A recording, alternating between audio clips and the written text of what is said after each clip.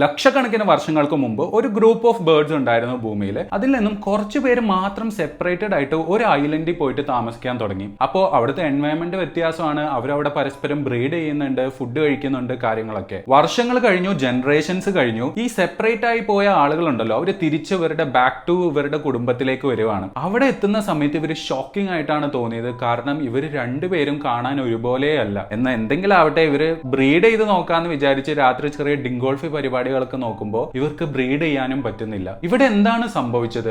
ആദ്യം ഒരു സ്പീഷീസ് ആയിരുന്ന ഇവര് രണ്ട് സെപ്പറേറ്റ് സ്പീഷീസ് ആയിട്ട് മാറുകയാണ് ചെയ്തത്. പക്ഷെ ഇത് എങ്ങനെയാ സംഭവിക്കുക? ഒരു ജീവിന്ന് എങ്ങനെയാണ് ഒരു ന്യൂ സ്പീഷീസ് ഫോം ചെയ്യുന്നത്? എങ്ങനെയാണ് ഒരു പട്ടി ഒരു പൂച്ചയായി മാറാത്തത്? എങ്ങനെയാണ് ഒരു കുരങ്ങിൽ നിന്നും ഒരു മനുഷ്യൻ ഉണ്ടായത്? നമ്മൾ ഇന്ന് കാണാൻ പോകുന്നത് എവല്യൂഷന്റെ ഏറ്റവും മിസ്റ്ററി നിറഞ്ഞതും എന്നാൽ പവർഫുൾ ആയിട്ടുള്ള ഒരു എവിഡൻസുമായിട്ടുള്ള ഒരു സംഭവത്തിനെ കുറിച്ചാണ്. സ്പീഷിയേഷൻ, അതായത് ഒരു പുതിയ ജീവി ജനിക്കുന്നു. എവല്യൂഷനിൽ വിശ്വസിക്കാത്ത ആൾക്കാരെ കമന്റ്സിൽ വന്ന് പൊങ്കാല ഇടാൻ ചാൻസ് വളരെയധികം കൂടുതലായിട്ടുള്ള ഒരു ടോപ്പിക്കാണ്. പക്ഷെ ഞാൻ നിങ്ങളോട് പറയും, പൊങ്കാല ഇടണം. അപ്പൊ നിങ്ങൾക്ക് എവല്യൂഷനുമായി ബന്ധപ്പെട്ട എന്തെങ്കിലും ക്വസ്റ്റ്യൻസ് ഉണ്ടെങ്കിലും ഇനി അതിന് എഗൻസ്റ്റ് ആയിട്ട് എന്തെങ്കിലും പറയാനുണ്ടെങ്കിലും കമന്റ്സിൽ രേഖപ്പെടുത്താവുന്നതാണ്.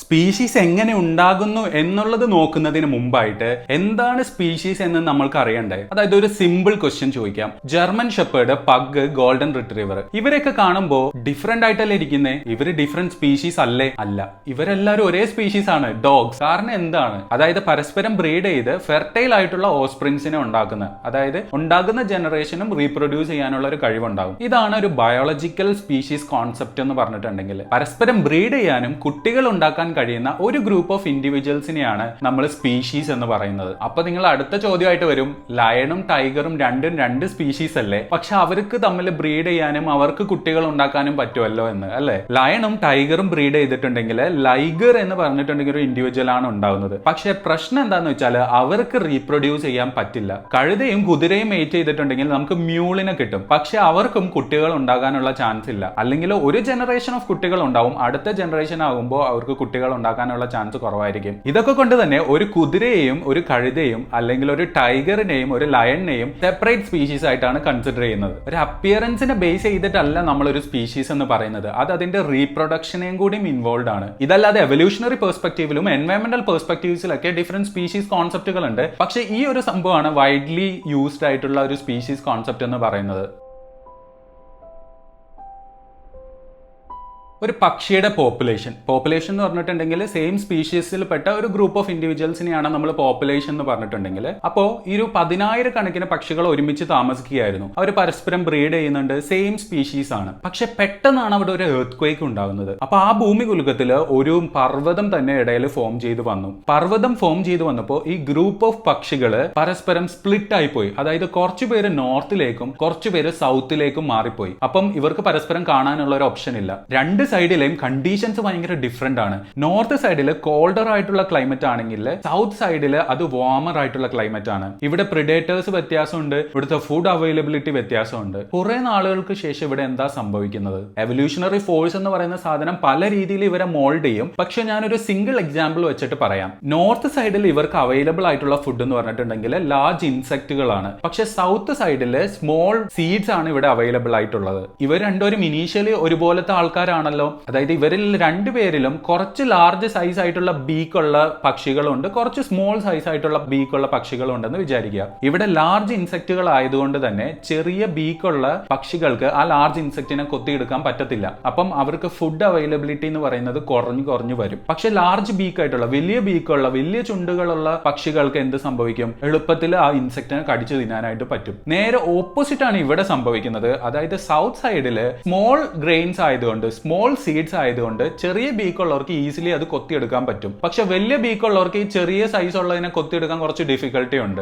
ഇവൻച്വലി ഇവിടെ എന്താ സംഭവിക്കുക? ഇവിടെ ഇതാണ് എവല്യൂഷണറി ഫോഴ്സ് ആയിട്ട് വർക്ക് ചെയ്യുന്നത്, ഫുഡ് അവൈലബിലിറ്റി. ഇവിടെ എന്താ സംഭവിക്കുക? ലാർജ് ആയിട്ടുള്ള ബീക്കുള്ള ആൾക്കാർക്ക് ഫുഡ് എളുപ്പത്തിൽ കിട്ടുന്നുണ്ട്, അതുകൊണ്ട് അവർ എളുപ്പത്തിൽ റീപ്രൊഡ്യൂസ് ചെയ്യുന്നുണ്ട്. അതുകൊണ്ട് ഇവർക്ക് കുട്ടികൾ എളുപ്പത്തിൽ ഉണ്ടാകുന്നത് കൊണ്ട് തന്നെ ഇവൻച്വലി ഇവിടെയുള്ള എല്ലാവരും ലാർജ് ബീക്കുള്ള ആളുകളായിട്ട് മാറും. കാരണം ചെറിയ ബീക്കുള്ളവർ അവിടെ നിന്ന് എലിമിനേറ്റ് ആയിട്ട് ലാർജ് ബീക്കുള്ളവരെ മാത്രം നേച്ചർ സെലക്ട് ചെയ്യുകയാണ് ചെയ്യുന്നത്. സോ അവിടെ എവല്യൂഷൻ അങ്ങനെയാണ് വർക്ക് ചെയ്തത്. പക്ഷെ ഇവിടെയാണെങ്കിൽ ചെറിയ ബീക്കുള്ള ഒരു നേച്ചർ സെലക്ട് ചെയ്തിട്ട് വലിയ ബീക്കുള്ളവർ അവിടെ നിന്ന് എലിമിനേറ്റ് ചെയ്യാനായിട്ട് തുടങ്ങും. അതായത് ഇവിടെ ബെസ്റ്റ് ഫിറ്റ് ആയിട്ടുള്ളത് ആരാണ്? ചെറിയ ബീക്കുള്ള ആളുകളാണ്. അപ്പൊ ഇവഞ്ച്വലി ഇവിടെയുള്ള എല്ലാ ബേർഡ്സ് എന്ന് പറയുന്നത് ചെറിയ ബീക്കുള്ള പോപ്പുലേഷൻ ആയിട്ട് മാറാം. ഇത് വൺ ഓഫ് ദ എക്സാമ്പിൾ മാത്രമാണ്. ഇതുപോലെ ഇവരുടെ ബിഹേവിയർ വ്യത്യാസം വരാം, ഇവരുടെ സിംഗിങ് കപ്പാസിറ്റി വ്യത്യാസം വരാം, ഇവരുടെ സൈസ് വ്യത്യാസം വരാം, കളർ വ്യത്യാസം വരാം. ഇവഞ്ച്വലി ഇവര് രണ്ടുപേരും സെപ്പറേറ്റഡ് ആയിട്ടുള്ള സ്പീഷീസ് ആയിട്ട് മാറുകയാണ് ചെയ്യുന്നത്.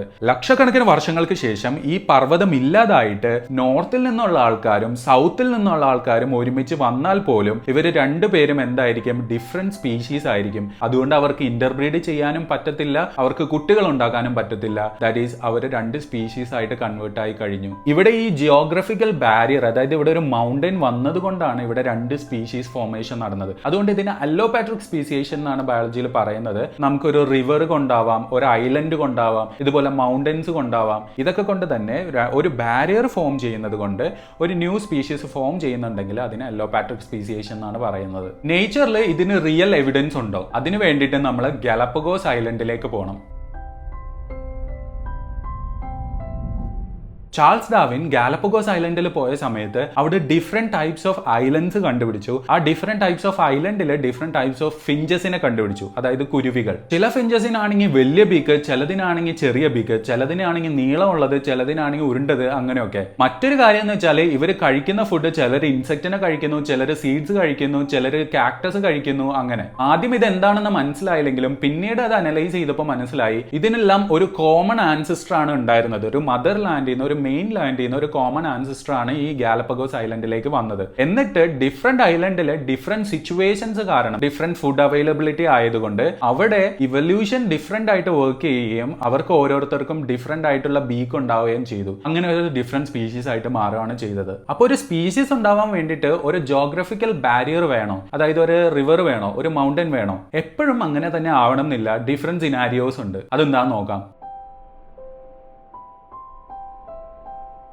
സിംപാട്രിക് സ്പീസിയേഷൻ എന്ന് പറഞ്ഞ ഒരു പ്രോസസ് ഉണ്ട്. എവിടെയാണോ ആ പോപ്പുലേഷൻ എക്സിസ്റ്റ് ചെയ്യുന്നത് അവിടെ നിന്നുകൊണ്ട് തന്നെ രണ്ട് ടൈപ്പ് സ്പീഷീസ് ഉണ്ടാകുന്ന ഒരു പ്രോസസ്സാണത്. ഫോർ എക്സാമ്പിൾ, ഈ ഒരു റൂമിൽ മെറ്റൽ ഇൻടോളറന്റ് ആയിട്ടുള്ള പ്ലാന്റ്സ് ആയിരുന്നു ഉണ്ടായിരുന്നത്. അവർക്ക് ഹെവി മെറ്റൽസിനെ ഒന്നും ടോളറേറ്റ് ചെയ്യാൻ പറ്റത്തില്ല. അപ്പോൾ ഇനീഷ്യലി അങ്ങനെ ഒരു പോപ്പുലേഷൻ ഇവിടെ നിലനിൽക്കുമ്പോൾ വേറെ സ്പീഷീസ് ഒന്നുമില്ല, അവർ സിംഗിൾ സ്പീഷീസ് ആണ് ഉണ്ടായിരുന്നത്. പക്ഷെ ഞാൻ ഡെയിലി ഇവിടെ ഹെവി മെറ്റൽസ് കണ്ടാമിനേറ്റ് ചെയ്യാൻ തുടങ്ങി. കുറച്ചു പേര് മെറ്റൽ ടോളറന്റ് ആയിട്ടുള്ള ആളുകളായിട്ട് മാറും. പക്ഷെ സ്റ്റിൽ അതൊരു സ്പീഷീസ് ആയി ഞാൻ പറഞ്ഞില്ല. കുറച്ചു പേർക്ക് മെറ്റൽ ഇൻടോളറൻസും കുറച്ചു പേർക്ക് മെറ്റൽ ടോളറൻസും ഉണ്ട് ഈ വിതിൻ ദ സ്പേസ് എന്ന് പറഞ്ഞിട്ടുണ്ടെങ്കിൽ. സോ ഈ മെറ്റൽ ടോളറന്റ് ആയിട്ടുള്ള ആൾക്കാരില്ലേ, അവരിനകത്ത് വന്ന വ്യത്യാസങ്ങൾ കൊണ്ട് ഫ്ലവർ ചെയ്യുന്ന സീസൺ കുറച്ച് വ്യത്യാസപ്പെട്ടു പോയി. അതായത് ഇനീഷ്യലി ഇവര് മെയ് സമയത്താണ് ഫ്ലവർ ചെയ്തുകൊണ്ടിരിക്കുക എന്ന് വിചാരിക്കുക. പക്ഷെ മെറ്റൽ ഇൻടോളറൻസ് എന്ന് പറയുന്നത് ടോളറന്റ് ആയി കഴിഞ്ഞപ്പോൾ അത് ഡിസംബറിലേക്കായിട്ട് ഷിഫ്റ്റ് ചെയ്തു. അപ്പൊ മെയ്യിൽ ഫ്ലവർ ചെയ്തിരിക്കുന്ന കുറച്ചു പേര് ഇവിടെയുണ്ട്, ഡിസംബറിൽ ഫ്ലവർ ചെയ്യുന്ന കുറച്ചു പേര് ഇവിടെയുണ്ട്. അപ്പൊ എന്താ സംഭവിക്കാം?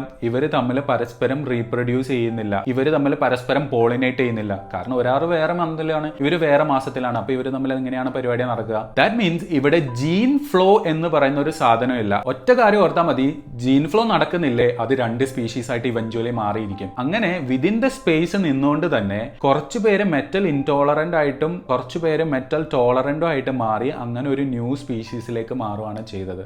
അങ്ങനെ രണ്ട് സ്പീഷീസ് ഡെവലപ്പ് ചെയ്തു.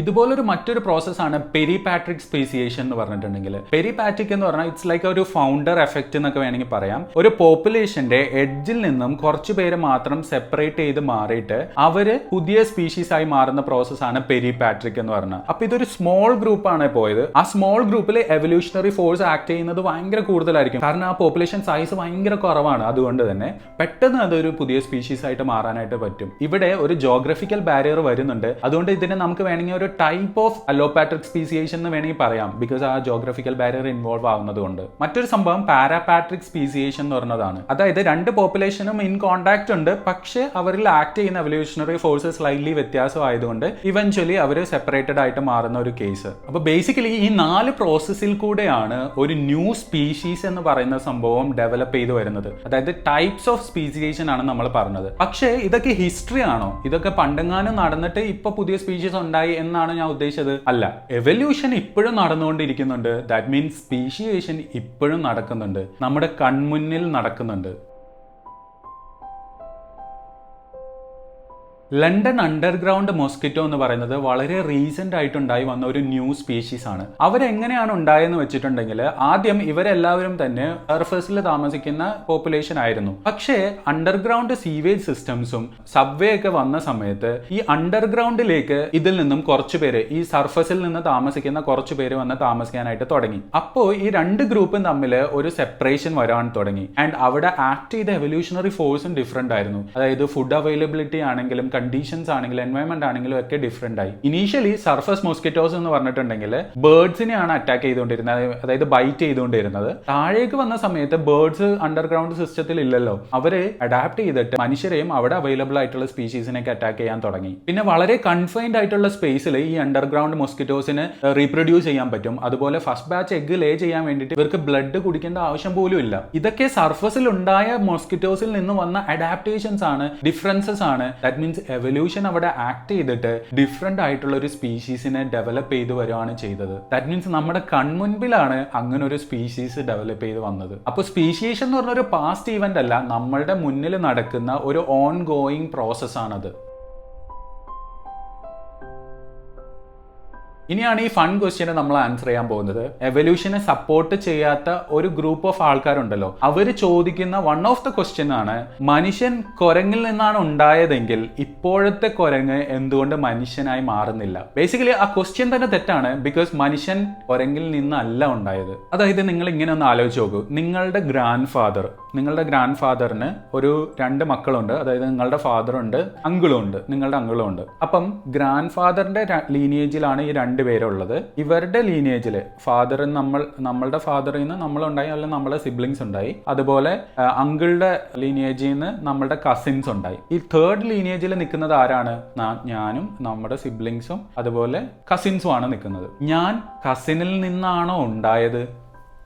ഒരിക്കലുമല്ല, ഞാൻ കസിനിൽ നിന്നല്ല ഉണ്ടായത്. പിന്നെ ഞാൻ ആരിൽ നിന്നാണ് ഉണ്ടായത്? എന്റെ ഗ്രാൻഡ് ഫാദറിന്റെ ലീനേജിൽ നിന്നാണ് ഞാൻ ഉണ്ടായത്. അപ്പൊ കസിൻ എവിടെ നിന്നാണ് ഉണ്ടായത്? എന്റെ ഗ്രാൻഡ് ഫാദറിന്റെ ലീനേജിൽ നിന്ന് തന്നെയാണ് കസിൻ ഉണ്ടായത്. ദാറ്റ് മീൻസ് ഒരു കോമൺ ആൻസിസ്ട്രിൽ നിന്നാണ് നമ്മൾ 2 പേരും, ഞാനും എന്റെ കസിനും ഉണ്ടായത്. അല്ലാതെ ഞാൻ എന്റെ കസിനിൽ നിന്നോ കസിൻ എന്നിൽ നിന്നോ അല്ല ഉണ്ടായത്, അല്ലെ? ഇതുപോലെ തന്നെയാണ് മങ്കീസിന്റെയും നമ്മളുടെയും കാര്യം. അതായത് മനുഷ്യനും മങ്കീസും ഒരു കോമൺ ആൻസിസ്റ്ററിനെ ഷെയർ ചെയ്തിട്ടുണ്ട്. നമ്മൾ ഗ്രാൻഡ് ഫാദറിനെ ഷെയർ ചെയ്യുന്ന പോലെ ഒരു കോമൺ ആൻസിസ്റ്ററിനെ പണ്ട് വർഷങ്ങൾക്ക് മുമ്പ്, കോടിക്കണക്കിന് വർഷങ്ങൾക്ക് മുമ്പ് ഒരു കോമൺ ആൻസിസ്റ്റർ ഉണ്ടായിരുന്നു. അതിൽ നിന്നാണ് പിന്നീട് ഈ ഓൾഡ് വേൾഡ് മങ്കീസ്, അതായത് വാലുള്ള മങ്കീസ്, അതുപോലെ എയ്പ്സ്, അതായത് ഒറാങ്ങുട്ടാൻ, ചിമ്പാൻസി, ഗൊറില്ല, അവരൊക്കെ, പിന്നെ മനുഷ്യന്മാര്, ഇവരൊക്കെ ഉണ്ടായത്. അതായത് കൺസിഡർ ഇറ്റ് ആസ് ഒരു ട്രീയുടെ ബ്രാഞ്ചസ് ആണ് നമ്മളൊക്കെ. അപ്പൊ മനുഷ്യൻ എവിടെ നിന്ന് വന്നു എന്ന് മനസ്സിലായല്ലോ, മനുഷ്യൻ എവിടെ നിന്ന് വരില്ല എന്ന് മനസ്സിലായല്ലോ. ഇനി എന്തൊക്കെ ശ്രമിച്ചാലും നമ്മളുടെ കസിൻ ഒരിക്കലും നമ്മളായിട്ട് മാറത്തുമില്ല. അതായത് എന്തൊക്കെ ശ്രമിച്ചാലും മങ്കി